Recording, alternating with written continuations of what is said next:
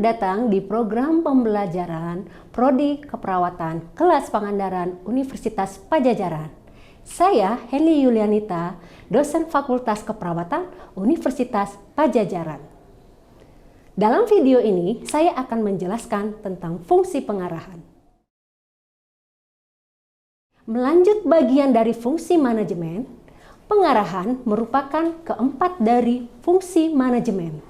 Pengarahan adalah pengeluaran penugasan, pesanan, dan instruksi yang memungkinkan bagi staf memahami apa yang diharapkan darinya.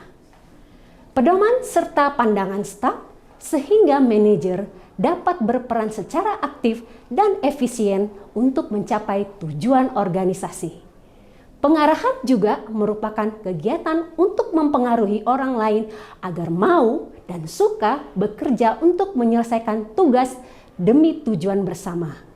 Pengarahan yang efektif yaitu memiliki kesamaan komando, bawahan atau staf yang bertanggung jawab pada satu atasan secara penuh.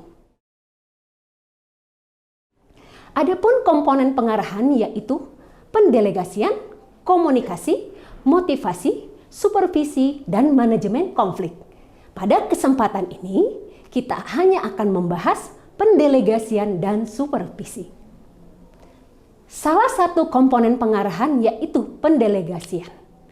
Pendelegasian adalah menyelesaikan tugas melalui orang lain atau mengarahkan tugas kepada satu orang atau lebih untuk mencapai tujuan organisasi. Pendelegasian dapat diartikan sebagai pelimpahan tugas kepada seseorang atau kelompok untuk menyelesaikan tugas. Pendelegasian merupakan sarana pembelajaran staf. Komponen dari pendelegasian yaitu tanggung jawab, otoritas, kemampuan, dan dukungan.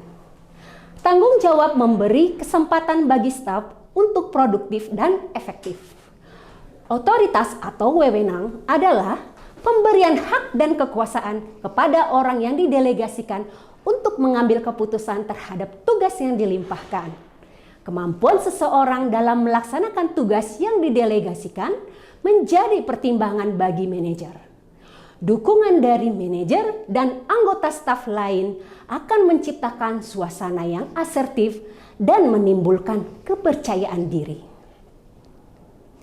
Kesalahan dalam pendelegasian dapat terjadi disebabkan pendelegasian terlalu sedikit, pendelegasian yang berlebihan, dan pendelegasian yang tidak tepat.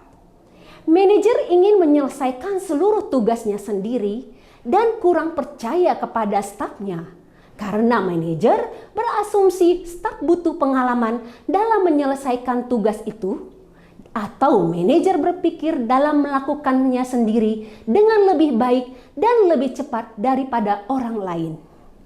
Adanya kekhawatiran manajer bahwa stafnya tidak suka dengan tugas yang didelegasikan kepadanya. Manajer sedikit mendelegasikan karena kurang pengalaman dalam pendelegasian itu sendiri. Pendelegasian yang berlebihan akan membebani staf. Manajer merasa tidak yakin dengan kemampuannya dalam melakukan tugas tertentu. Pendelegasian yang tidak tepat yaitu mendelegasikan pada waktu yang salah, kepada orang yang salah, atau untuk alasan yang salah. Manajer mendelegasikan tugas dan tanggung jawab melebihi kemampuan orang yang didelegasikan.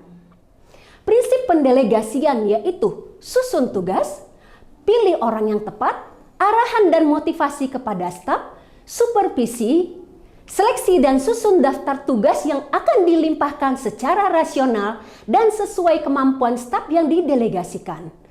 Pilih orang yang tepat untuk melaksanakan tugas tersebut berdasarkan kemampuan dan persyaratan lainnya. Berikan arahan dan motivasi atau dukungan kepada staf yang didelegasikan. Ajarkan bagaimana melakukan tugas tersebut. Lakukan supervisi yang tepat untuk mengevaluasi ketercapaian tugas. Selanjutnya, kita akan membahas komponen kedua dari pengarahan, yaitu supervisi. Supervisi adalah memberikan bantuan, bimbingan atau pengajaran dukungan kepada seseorang untuk menyelesaikan pekerjaan sesuai kebijakan dan prosedur, mengembangkan keterampilan baru, pemahaman yang lebih luas tentang pekerjaannya sehingga dapat melakukan lebih baik. Supervisi memfasilitasi staf untuk mencapai, menopang, dan mengembangkan secara kreatif, inovatif melalui fokus dukungan dan pengembangan. Unsur dalam supervisi yaitu pelaksana, sasaran, frekuensi, tujuan, dan teknik. Pelaksana supervisi adalah atasan atau supervisor dalam organisasi. Supervisor harus memiliki pengetahuan, keterampilan, dan keinginan mencapai tujuan sesuai dengan perannya.